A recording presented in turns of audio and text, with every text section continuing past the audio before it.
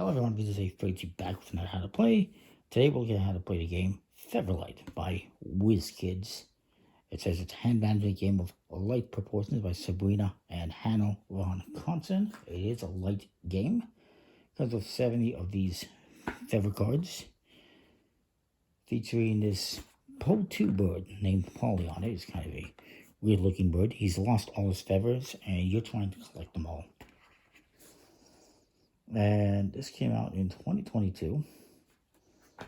Because of a score pad, nice and thick and colorful. And the rules. It's a pretty simple game. It plays 1 to 4 players. So what you get here is a bunch of cards with different types of feathers, different colors. Purple, yellow, green, black, red, white, and I think that's all the colors. All of these score in different ways. Like this is going to be 4 points for this one, and each additional one in purple is 2 points.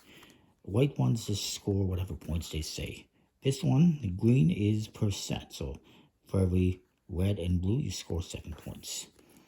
This one, each white one in a nest is 4 points. All the green ones are sets, basically. This one's 25 points, which you need to have a set of 4. These ones relate to the colors, so every different color in a hand. If every color in your hand is different, you get 20 points. This one, the yellow one here, if there's exactly 1 blue between your hand and the nest, you get 15 points. Some are a little bit harder to achieve, some are a little bit easier. But they're all basically like that. So, everything is kind of simple. You got your score pad, you got your cards, and you're going to shuffle these up. And you're going to remove a certain amount of cards based on the player count. So 8 with 2 players, 7 with 3 players, and 4 with 4 players. So let's say we're doing 3 players. I'm going to remove 7. 1, 2, 3, 4, 5, 6, 7. We'll put those aside. And you're going to deal each player a hand of cards. 5 cards to be exact. So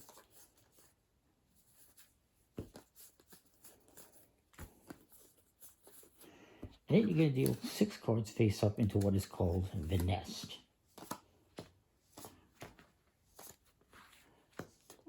I'll leave these this way so we can see what they say. And put the rest, what we're just going to divide these into 2 fairly equal piles and put them onto one side. So what you're going to be doing on your turn is one of 2 things. You can, look at your hand, you can draw a card, and then discard one somewhere onto the nest. Maybe I don't like that 6.1, so I cover it up. The other thing you can do is you can swap with one in the nest. So I could swap, let's say, this purple with this green, if I really wanted to. Now, if I swap with, let's say I swap this 4 with this 5. Let's say I take this 5 and I put a card down. It has to go, let's say I put this one. It has to go into this empty spot. I can't put it anywhere else. But if there's no empty spot, I can put this wherever I want. So if I swap this one with this one, or if I take this one, just swap it, I can take this one and put it anywhere I want, basically. Each player is going to go around the table doing this. Once one of these is completely depleted, the game ends. So if you want a longer game, you'll take cards from both decks and take your time. If you want a quicker game, you'll just go right through one deck pretty quickly. It's up to you. Scoring-wise, you're going to score based on what it says here. So my opponent has this card here. It says if he has an odd number of black feathers, he would get 5 points. So he'd probably want to, take this card. And, well, actually, it won't matter too much at the moment, but he could put that one there. Later on, he could draw a card and, you know what, cover that one up.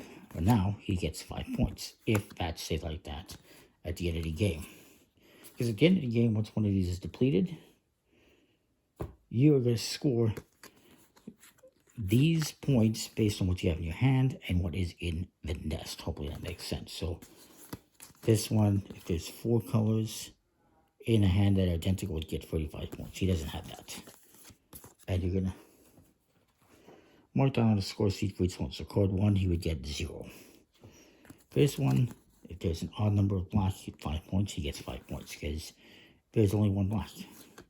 This is just worth 6 points. This one is per set of green and or yellow and blue, 7 points. There is no yellow. And this one, if there is 4 or more colors in a nest that are identical, 35 points. Not quite. So you're going to write those points down. It's going to change throughout the game. You're going to get different cards, a different score in this guy again.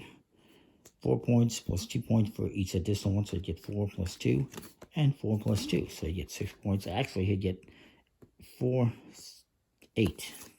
4, 5, 6, 7, 8. And then 4, 5, 6, 7, 8. As far as I'm aware. This one is 20 points, but you lose 2 points for every black one. There's no black one, so he just gets 20 points. This one per set of red and white, you get 7 points. Well, there's 1 set. And this one, if you have a yellow and green in hand per set, you get 15 points. He happens to have that. So he's got a bunch of points. He's looking pretty good. He's pretty happy. So that's the way it works. So these cards in the middle of the table, you do not look at these scoring points, these rules that are on them for the scoring purposes. For scoring purposes, you're only interested in the color. The values, whatever it says on them, yeah, you don't need that. So, I mean, aside from the creepy bird, sorry, no offense to the bird, but kind of creepy looking. Aside from that, it's a pretty cool, simple, light game where you're just putting down cards, exchanging cards, trying to get this so that you can score the most points with what you have in your hand. And I think it's pretty cool. These are nice tarot-sized cards. They do just have a plastic-coated finish, but they're nice. Very nice score pad. I have no complaints. It's a nice light game. Anywhere from 1 to 4 players. I like that there's solo mode, which I'll probably do at some point in time. Yeah, that's what you're doing on your turn is you're drawing a card into your hand and discarding one onto one of these piles, or you're taking one of these and taking one from your hand and swapping it out, basically. Which in that case was the same thing I just swapped.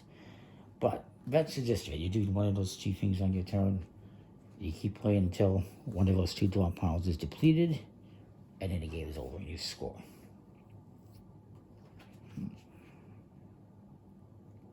Now, if there happens to be a tie, whoever has the most cards of a different color in their hand wins. That's also tied. You share a victory. Not the biggest fan of games where you share victories.